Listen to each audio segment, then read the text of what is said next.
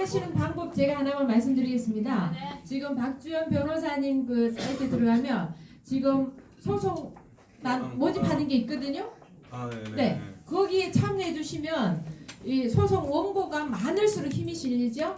그 등록 간단합니다. 집 주소 끝까지 안 적어도 그런데 많이 하시면 되고, 저희들은 이미 고소 고발을 너무 많이 했습니다. 대법관 고발도 엄청 했습니다. 전국에 릴레이를 하고 이렇게 할 수 있는 시스템을 부방대에서 다 갖춰놨어요. 뭐 부방대에서 무슨 일을 했겠나 싶으면 아닙니다. 전부 자원봉사자들이고 엄청난 일들을 해와서 오늘까지 왔는데 생색낼려도 전혀 아닙니다. 저는 이런 자료와 시스템을 갖춰주지 않았으면 저희들은 현장에서 뛸 수 없었어요. 할 수 있는 해줬는데 이제부터는 한 분 한 분 고소고발 어려우시잖아요. 전문 변호사는 해주시니까 우리는 10,000원이든 20,000원 내고 참여만 하시면 되세요. 그래서 앞으로 박규 변호사 많이 참여해 주십시오. 네. 그러면 동의문자서 주시면 되겠습니다. 잠깐만요. 여기 간단하게. 질문. 잠깐만. 아니 다 아시지 않습니까? 선관위원장, 대법관, 권순일이었죠. 50억 클럽. 그 다음 누구였습니까? 속풀이 투표 사태, 노정이었죠. 선관위가 헌법 위에 있었던 이유가 뭔지 아십니까? 대법원, 사법부를 자기 끼고 있었기 때문입니다. 자기 부하처럼 부렸기 때문이죠. 그걸 어떻게 정상적인 방법을 깹니까? 개헌밖에 없죠. 그래서 대통령이 정말 모든 것을 걸고 개헌을 하신 겁니다. 그래서 이제는 우리가 그전에 수천 번, 수만 번을 고쳐도 안 먹겠지만 이제는 먹힙니다. 이제는 우리가 할 수 있습니다. 나서주십시오.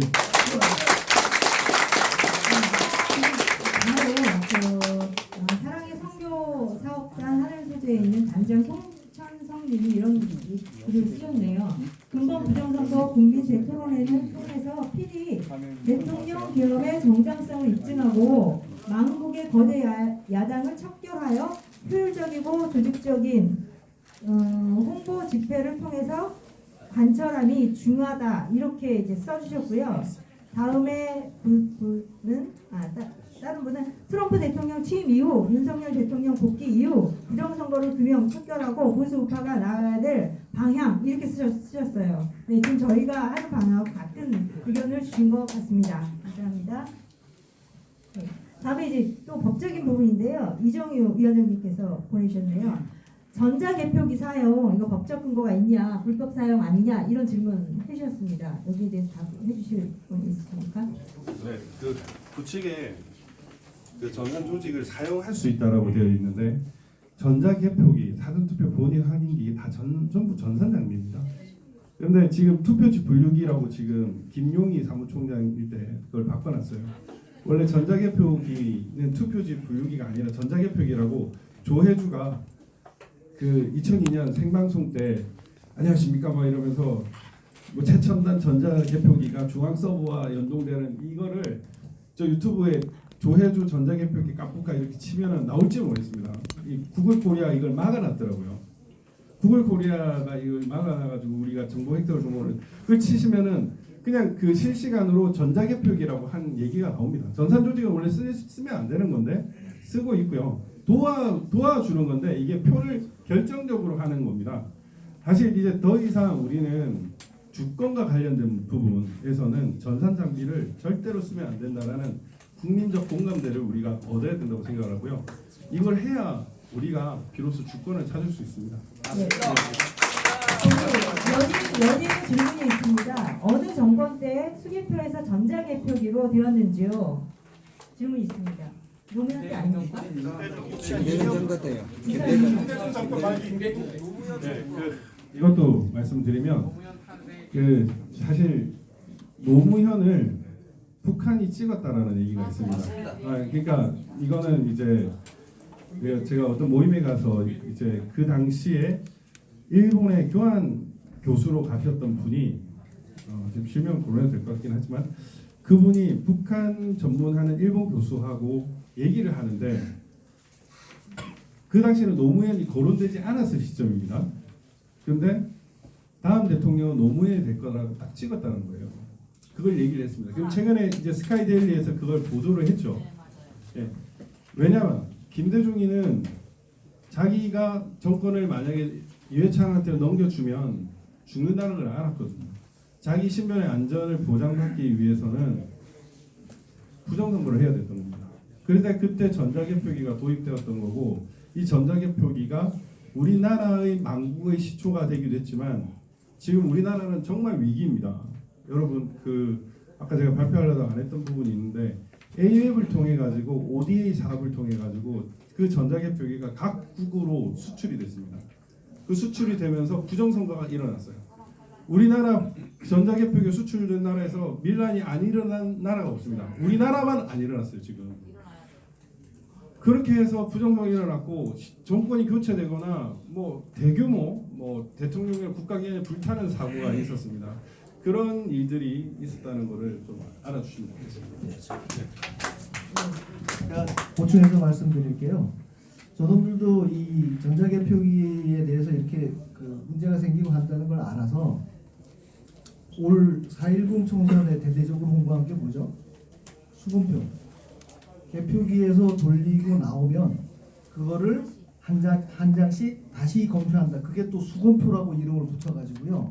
그걸 했다고 하고 대대적으로 홍보를 했거든요. 근데 제가 아까 그 19,000장을 입력할 때 아무리 입력을 직접 하니까 이게 아까 그 43건의 재분류 사례가 있었는데 할 때마다 다 틀렸다고 했잖아요. 그러면 상식적으로 이거를 사람이 수검표를 했다면 그렇게 엉터리 기계면 이 처음에 적어놓은 글자를 삭선을 하고 고쳐놓은 흔적이 곳곳에 나타나야 됩니다. 그죠? 개표 상황표상에. 예를 들어서 100장인데 이게 틀릴 가능성이 43분의 42면 이게 항상 전국이 같을 수가 없거든요. 19,000장이. 입력을 하면서 아무리 봐도 내가 어느 칸을 넣어도 크게 차이가 없었어요. 그래서 입력한 거는 별도로 해서 19,000장을 다시 싹 디벼봤습니다. 그랬더니 삭선을 하고 이유 없이 아이가 삭선을 하고 뭔가 제대로 다른 숫자를 기록한 게 몇 장이나 되겠습니까? 예? 2장? 1장. 저기 제가 발표 자료에는 2장이라고 했었는데 2장 중에 1장은 뭐냐? 이 보니까 교부수하고 투표수하고 다르게 나온 거예요. 그러니까 그런 특별한 사유가 있을 때는 뭔가 삭선한 흔적은 곳곳에 있는데 그러니까 선관위 얘기한 대로 하면 그냥 정상적으로 나오는 개표기 결과도 사람이 다 본다고 얘기를 했거든요. 근데 어떻게 43번을 했을 때 한 번밖에 안 맞는 그 개표기 결과가 삭선하고 고치는 흔적이 19,000장이 넘는 것 중에 한 건밖에 없는 얘기죠. 그러니까 그런 게 다 그냥 국민들 뭔가 새로운 걸 넣어서 개선할 것 같은데 가만 따지고 보면 국민들을 개 돼지로 여기고 그냥 그런 레토릭만 한 줄 놓고 진행을 하고 그러는 겁니다. 지금 거기 차인수 대표님 관련한 질문인데요. 아까 재확인 대상 투표지 이걸 가지고 분석을 해봤더니 30명 정도밖에 더불어민주당이 당선되지 않았다 이렇게 말씀하셨잖아요.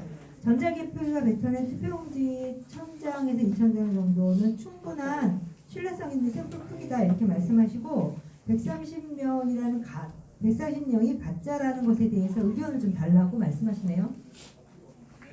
그건 아까 여기서 말씀드렸던 내용이랑 같거든요. 그러면 아까도 발표할 때 선관위가 이제 유권자 의식 조사라고 해가지고 전 국민을 대상으로 해서 뭐 이번 제도가 옳았다, 수검표는 뭐 계속해야 된다 이런 엉터리 자료를 내놓는 여론조사의 그 샘플 숫자가 1,137명인가 그래요. 우리 지금 대통령 선거나 뭐 정당 지지율 조사할 때도 1,000명에서 2,000명 사이로 다 하잖아요. 그죠? 그럼 제가 아까 그래서 30석이라고 나온 근거가 기계에서 분류하지 못해서 어쨌든 사람이 직접 수개표한 숫자는 맞거든요. 34만 표인가 32만 표인가 그렇습니다. 그러면 2,900만 명 중에 32만 명을 샘플링을 했다고 생각을 하면 그 32만 명을 대상으로 해서 조사한 게 뭐 무슨 바이어스가 있습니까? 제가 통계학적인 지식이 없어서 그냥 단순히 더하기 빼기만을 가지고 그렇게 결과를 내놨다 그러면 민주당 30석이라고 하는 게 힘이 실리려면 대수의 법칙을 저는 여기에다 적용해야 된다고 보는 겁니다. 2,900만 표 중에 30만 표를 샘플링하는 게 기계에서 분류를 못해서 사람이 직접 했다? 그러면 제가 생각한 거는 수전증입니다. 보수에 있는 사람들이 뭔가 손이 떨리거나 해가지고 칸을 애매하게 구분해가지고 기계가 잘 못해서 뱉어냈다? 말 되죠? 제가 생각한 유일한 이유는 그거였습니다. 근데 전라도에서는 그런 바이어스가 안 나타납니다. 전라도에는 정규 무포가 나타납니다. 그리고 1번, 2번 민주당, 국힘당 후보 사이에는 아까 6.5%, 뭐 전라도 빼고 7.2%라고 말씀드렸잖아요. 그 외에 그러니까 1번, 2번 후보 외에 나머지 군소 후보들 그 사람들의 득표율을 가지고 개표기에서 나온 숫자, 사람이 재확인한 숫자를 가지고 비교를 하면 이 군소 후보들 사이에도 양쪽에 뭐 6%, 7% 벌어지는 게 아니고 영월 중심으로 이런 정규 분포가 나타난다는 거는 뭐 제가 지금 그림으로 보여드리면 좋겠지만 그러니까 결과는 그렇습니다. 그러니까 전라도나 군소 후보들 찍는 사람들은 수전증이 없다는 얘기밖에 더 되냐고요. 그러니까 제가 그냥 제 상식으로 생각했을 때는 아무 이유가 없는데 그거에 대해서 뭔가 이제 혹시 이 방송을 보시거나 하는 통계학 전공하신 분들이 보시면 그 32만 표를 표집을 해서 이 30석이라는 게 나왔다고 하면 저도 32만 표가 제대로 됐는지에 대한 거는 제가 자신이 없잖아요. 그냥 결과만 그러니까 그거에 대해서 여러분들이 좀 집단지성을 모아주시면 그 결과라고 하는 게뭐 곧 밝혀지리라 생각하고 저는 뭐 하여간 개혁토에서 나오는 결과를 보면 그 어디에 더 미트될 건지는 그때 가서 기다리기로 하고 저는 오늘 아예 그걸 발표를 안 하려고 한 겁니다.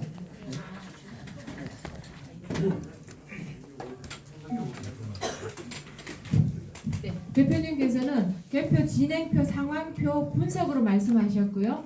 저는 개표에서 실제로 본 글로 말씀을 잠깐 드리겠습니다. 제가 아까 발표할 때 시간이 짧아서 다 못했는데요. 지금 말씀하신 수군표 했다는 게 투표지 분류기에서 재확인 대상으로 빠져버린 걸 얘기합니다.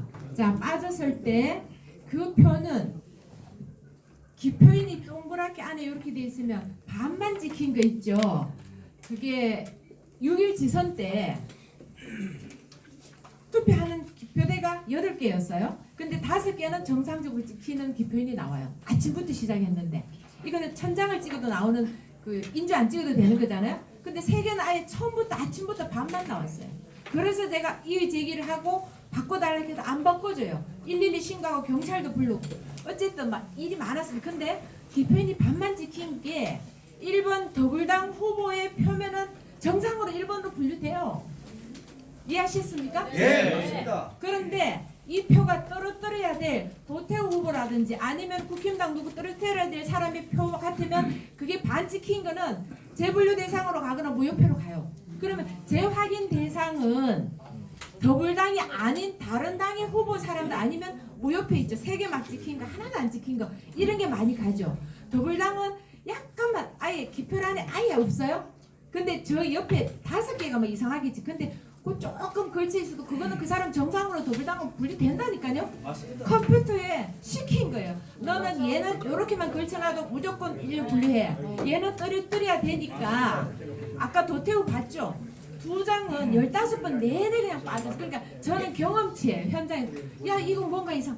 얘들이 뭔가 심어놨구나. 컴퓨터 시키는 대로 하는. 저는 그걸 그래서 아까 그 재확인 대상을 32만 표 샘플링 하니까 더불당은 30석 나온다. 저는 현장 경험으로 그럴 거라고 확신합니다. 이상입니다.